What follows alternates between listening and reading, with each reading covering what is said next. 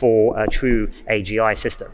So I think that we are maybe, I would say sort of 5 to 10 years away from having an AGI system that's capable of doing those things. All right, so we need to talk about something that is both fascinating and honestly a little bit concerning. The CEO of Google DeepMind, Demis Hassabis, has just made a bold prediction. He says AGI, artificial general intelligence, could arrive in the next 5 to 10 years. In this video, we're going to break it down piece by piece, and I'll show you exactly why I think it's way too early to believe AGI is just around the corner. But first, let's watch this clip. So let's talk about other applications, particularly in science, true to your heart as a scientist, as the Nobel Prize-winning scientist.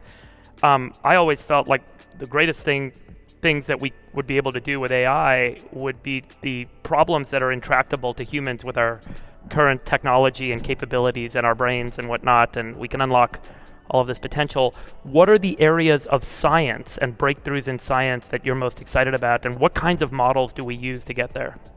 Yeah, I mean, AI to accelerate scientific discovery and help with things like human health was the reason I spent my whole career on AI. And I think it's the most important thing we can do with AI. And I feel like if we build AGI in the right way, it will be the ultimate tool for science. And I think we've been showing at DeepMind a lot of the way of that, obviously AlphaFold most famously, but actually we've applied our AI systems to many branches of science, whether it's material design, helping with controlling plasma and fusion reactors, predicting the weather, solving, maths Olympiad maths problems. And the same types of systems with some extra fine tuning can basically solve a lot of these complex problems. So I think we're just scratching the surface of what AI will be able to do, and there are some things that are missing. So AI today, I would say, doesn't have true creativity in the sense that it can't come up with a new conjecture yet or a new hypothesis. It can maybe prove something that you give it, but it's not able to come up with a sort of new idea or new theory itself. So I think that will be one of the tests actually for AGI. What is that? Creativity as a human? Yeah. What is creativity well, then? I think it's this sort of intuitive leaps that we often celebrate with the best scientists in history and artists, of course. And maybe it's done through analogy or analogical reasoning. There are many theories in psychology and neuroscience and as to how we as human scientists do it. But a good test for it would be something like give one of these modern AI systems a knowledge cutoff of 1901 and see if it can come up with special relativity like Einstein did in 1905. Right? If it's able to do that, then I think we're onto something really, really important. Perhaps we're nearing an AGI. Another example would be with our AlphaGo program that beat the world champion at Go. Not only did it win back 10 years ago, it invented new strategies that had never been seen before for the game of Go. This famously move 37 in game 2 that is now studied. But can an AI system come up with a game as elegant, as satisfying, as aesthetically beautiful as Go? Not just a new strategy.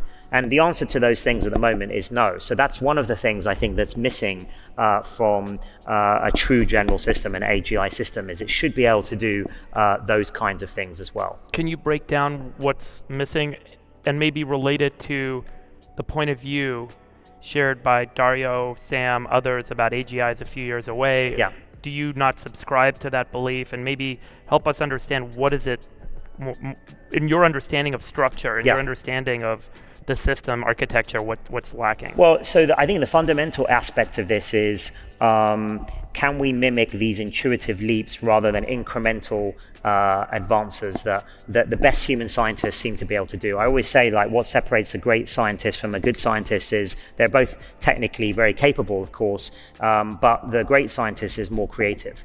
And so maybe they'll spot some pattern from another subject area that can be can sort of have an analogy or some sort of pattern matching to the area they're trying to solve.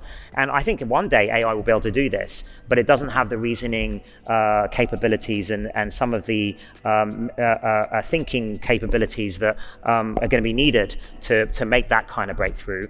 I also think that we're lacking consistency. So you often hear some of our competitors talk about these modern systems that we have today are PhD intelligences. I think that's a nonsense. They're not PhD intelligences. They have some capabilities that are PhD level, but they're not in general capable, and that's exactly what general intelligence should be, of performing across the board at the PhD level. In fact, as we all know, interacting with today's chatbots, if you pose the question in a certain way, they can make simple mistakes with even like high school maths and simple counting. So that shouldn't be possible for a true AGI system.